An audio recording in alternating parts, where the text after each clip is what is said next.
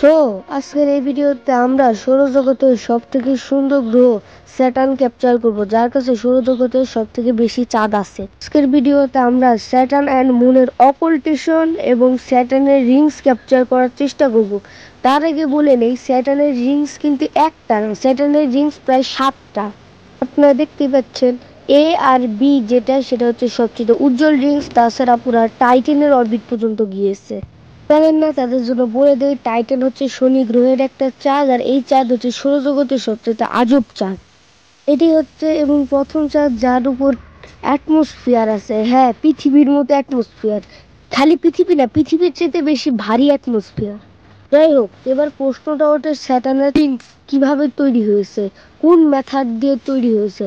আসলে এই জিনিসটা বিজ্ঞানীরাও জানে না, কিন্তু অনেকগুলো থিওরিস আছে। যেমন নাম্বার 1, স্যাটার্ন যখন তৈরি হচ্ছিল তখন স্যাটার্নের অবশিষ্ট টুকরা, স্যাটার্নের ক্যাপচার করা অ্যাস্ট্রয়েডের টুকরা, বা স্যাটার্নের থাকা এশিয়েন্ট মুনের টুকরা, যেটা স্যাটার্নের গ্র্যাভিটেশনাল পুলের কারণে কাছে চলে এসেছে স্যাটার্নের, এবং স্যাটার্নের রোস লিমিটের কারণে সেটা ভেঙে স্যাটার্নের চারিদিকে রিং হয়ে গেছে।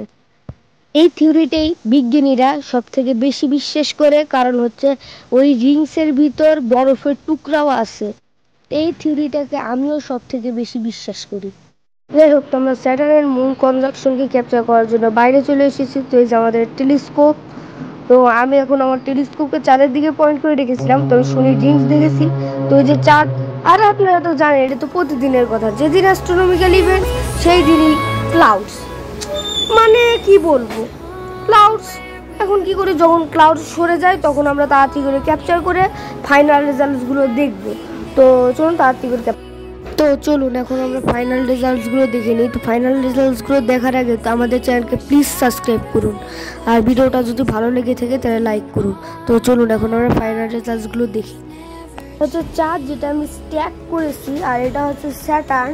দেখতে পাচ্ছেন স্যাটার্নের রিংস র ডাটার মধ্যে দিয়ে দেখা যাচ্ছে, স্যাটার্নের র ডাটা। আর স্যাটার্নের মুনের অকাল্টেশন হচ্ছে এটা। দেখতেই পাচ্ছেন এখানে ওই যে ডটের মতো জিনিস স্যাটার্ন, আর ওই যে উজ্জ্বল জিনিসটা চাঁদ। এখানে চাঁদ ভালো করে ক্যাপচার করিনি অকাল্টেশন ক্যাপচার করার জন্য, সম্পূর্ণভাবে ক্যাপচার করতে পারিনি, বাট যতটুকু হয়েছে ততটুকু আপনারা দেখলেনি।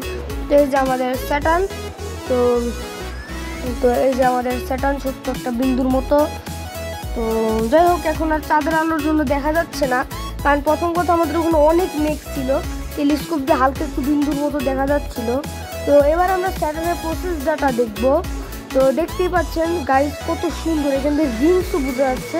তো কেমন লাগলো? তো আমাদের চ্যানেলকে সাবস্ক্রাইব করতে ভুলবেন না। দেখা হচ্ছে পরের ভিডিওতে। Thanks for watching.